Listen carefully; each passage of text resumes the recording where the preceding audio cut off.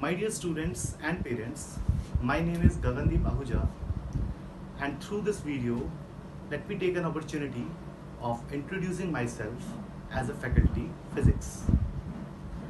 Well, I have done my engineering in electronics and communication, and after doing my engineering, I worked in the industry for 7 to 8 years, after which I came into teaching. Well, physics has been one of my favorite subjects since my school days. So I decided to go into teaching physics. Since 2000, I decided to come into teaching. और क्योंकि physics जो है it has been my favourite subject since my school days, so I decided कि मुझे physics की teaching के अंदर ही जाना चाहिए. तो सिंस 2000 मतलब अराउंड 20-21 ईयर्स से I am teaching physics to various class students and I have serve long tenure in some of the leading coaching centres like FIITJEE. और इतने मतलब 20-21 ईयर्स के एक्सपीरियंस से के बाद जब मैंने बहुत सारे स्टूडेंट्स के साथ इंटरेक्ट किया तो उससे हमें बहुत कुछ सीखने को मिलता है कि स्टूडेंट की क्या सोच होती है, स्टूडेंट इस पर्टिकुलर सब्जेक्ट में क्या प्रॉब्लम्स फेस करता है, उसको क्या ऐसा मेथड होना चाहिए जिससे कि उसको अच्छे से समझाया जा सके. तो उसके सोचते हुए I build my methodology of teaching कि किस तरह से मुझे उस बच्चे को फिजिक्स पढ़ानी चाहिए.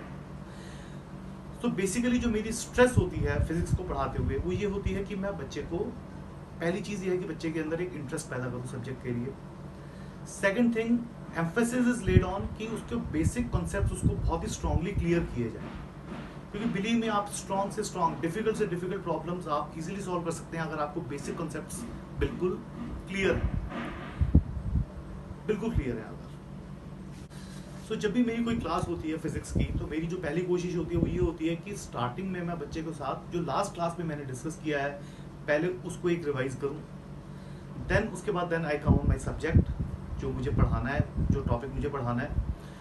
उस टॉपिक को पढ़ाते हुए हम लोग ये कोशिश करते हैं कि उस सब्जेक्ट से रिलेटेड जो बेसिक कॉन्सेप्ट से रिलेटेड जो न्यूमेरिकल्स हैं, जो कॉन्सेप्चुअल क्वेश्चंस हैं या एग्जाम्पल्स हैं, उसके थ्रू उस पर्टिकुलर टॉपिक को बच्चे को अगर समझाया जाए तो बच्चा उस चीज़ को ज़्यादा क्लियरली अंडरस्टैंड करता है. ठीक है. इसके बाद ये भी बहुत नेसेसरी होता है कि एक फ्रीक्वेंट टेस्ट लिया जाए बच्चे का. तो after 10-12 days, week to week में हम कम से कम एक बच्चे का एक स्मॉल टेस्ट रखते हैं. और टेस्ट के बाद जो चीज़ बहुत ज़्यादा नेसेसरी होती है वो होती है उसकी टेस्ट की एनालिसिस. अगर एक प्रॉपर एनालिसिस बच्चे को मिलती है तो बच्चा उस चीज़ को अंडरस्टैंड करता है कि अगर उससे कोई क्वेश्चन टेस्ट में पूछा गया, उसका गलत हुआ तो क्यों गलत हुआ, किस स्टेप पे उसने गलती की और इसको एक्चुअल क्या मेथड होना चाहिए था उसको क्वेश्चन को अप्रोच करने का, उस क्वेश्चन को सॉल्व करने का. तो वो भी हम लोग टेस्ट एनालिसिस करके देते हैं. अपार्ट फ्रॉम दैट हर एक टॉपिक के ऊपर I give some practice problems. ठीक है. वो प्रैक्टिस प्रॉब्लम्स, कुछ प्रैक्टिस प्रॉब्लम्स होती हैं जो कि हम क्लास में डिस्कस करते हैं, कुछ प्रैक्टिस प्रॉब्लम हम लोग होमवर्क में करने के लिए देते हैं जो कि बच्चा अगर वो सॉल्व करता है तो उस पर्टिकुलर टॉपिक पर बच्चा एक अपनी अच्छी पकड़, मजबूत पकड़ वो बच्चा बना सकता है. तो मैं यहाँ पर जो फिजिक्स जो मैं पढ़ा रहा हूँ बच्चों को, वो it is I am teaching physics for class, for JEE, for NEET, for class 12th, 11th, CBSE, as well as for the students of class 9th and 10th. Specially वो जो स्टूडेंट्स 9th and 10th जो बहुत ambitious हैं, जो अपने आप को अपने कुछ NTSC, NSC, JSC या इंटरनेशनल ओलंपियाड्स के लिए टारगेट कर रहे हैं या फ्यूचर में JEE को टारगेट कर रहे हैं या एक नीट की फाउंडेशन एक स्ट्रॉन्ग बनाना चाहते हैं, उनको मैं पढ़ाता हूँ. So actually I am taking classes, online classes मैं ले रहा हूँ with the help of digital pen and camera.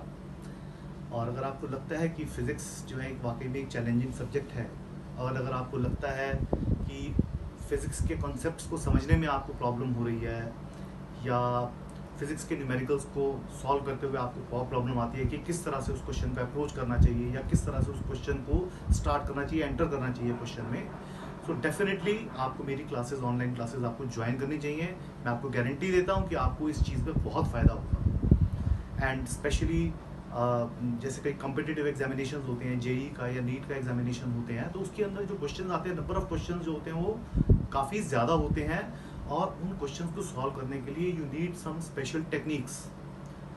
उन टेक्निक्स के साथ फ़ायदा ये होता है, हालांकि आप उस क्वेश्चन को आप किसी भी मेथड से आप आराम से सॉल्व कर सकते हैं, but the key factor is time. कि कई बार टाइम आपके लिए इतना कम होता है कि आपको 1 मिनट से कम टाइम में उस क्वेश्चन को सॉल्व करना है, तो उसके लिए आपको कुछ स्पेशल टेक्निक्स की ज़रूरत होती है।